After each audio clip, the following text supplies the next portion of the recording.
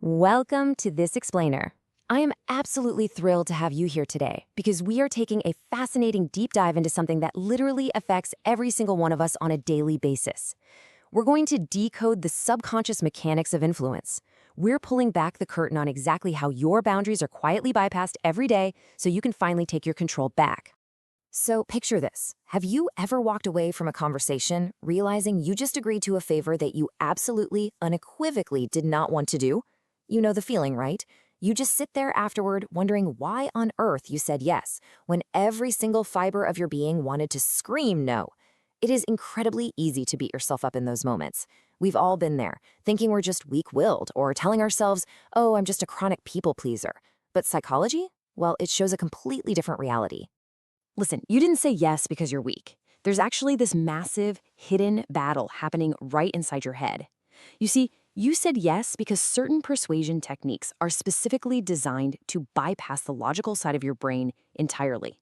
Your logical brain, it's completely aware of unfair trades. It knows a bad deal when it sees one. But persuaders bypass that logic to tap directly into the primal heart of your decision-making. They're targeting the part of you that has a deeply ingrained subconscious desire to be liked and compliant. Okay, let's dive into this. To really get persuasion, we first have to look at how the human brain processes control. Think about how you feel when someone tells you to clean your kitchen, right? When you were already planning to do it anyway. Instantly, you don't want to. That's because humans naturally resist imposed structure. We feel a deep psychological discomfort the moment a demand is placed on us, mostly because it feels like a loss of choice. The most effective persuasion techniques understand this perfectly. They don't force you to do anything. Instead, they mask the control. It's an illusion. They make you feel like complying was entirely your own independent choice. Which brings us to the first main culprit of persuasion, the reciprocity principle. This is honestly one of the most powerful invisible triggers in human psychology. It's basically an evolutionary quirk where receiving a favor makes you feel this intense, subconscious social obligation to return one. It acts like an invisible string just pulling at our social obligations, and it completely bypasses our conscious decision-making process. To see just how absurd this invisible debt can get, imagine a coworker randomly dropping off a coffee on your desk that you didn't even ask for. An hour later, they ask you to cover their Saturday shift.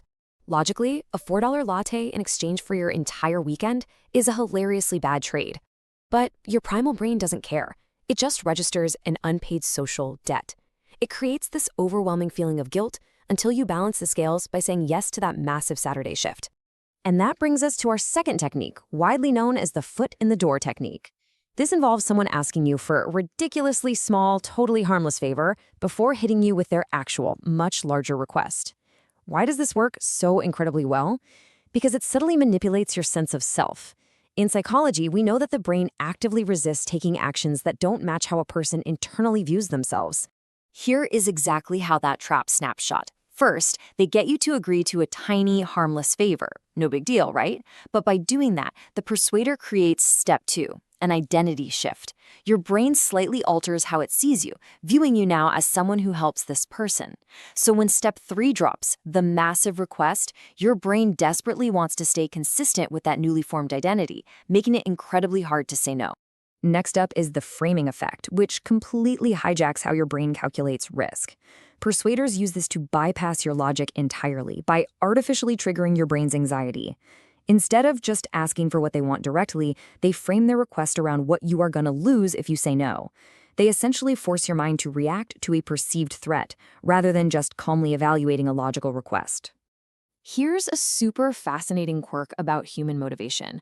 We are deeply, inherently more motivated by the fear of losing something than by the joy of gaining something.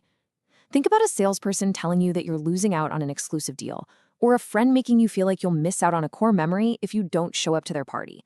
They're triggering your FOMO, your fear of missing out. They're artificially elevating your anxiety so you comply, literally just to relieve the tension. So, the big question, how do we fight back? Let's transition into the solution phase here. The people who are best at resisting all these manipulative techniques usually possess one specific cognitive shield. It's called an internal locus of evaluation. Basically, this means you judge yourself entirely by your own internal standards, rather than relying on external validation from everyone around you. So the absolutely crucial point is how this trait actually manifests in daily life. People with a strong internal locus of evaluation are the kinds of people who, for example, rarely feel the need to post their lives on social media for approval. Because they don't need an audience's validation to feel secure, they are practically immune to those guilt trips and social pressures we were just talking about. They value their mental space and they prioritize their own peace over performing for others. And as a result, they protect their boundaries effortlessly. Now, I really want this next point to sink in. Falling for these techniques doesn't mean you lack boundaries. Actually, scratch that. It means the exact opposite. It just means you have a highly functioning, deeply empathetic brain that naturally wants to maintain harmony with the people around you. Your desire to help is a sign of empathy, not a sign of weakness. You are simply reacting exactly how human psychology is wired to react. But here's the best part. Now that you know the mechanics behind the manipulation, you have the power to override the wiring. When you feel that sudden, inexplicable pressure to agree to something you hate, here are your marching orders. Pause. Just take a breath, recognize the reciprocity, the foot in the door, or the framing effect at play. Break that illusion of choice, and then choose to say yes only on your own terms. Which leaves us with one final provocative thought. Armed with this brand new psychological shield, what will you say no to next? Go out and take that power back.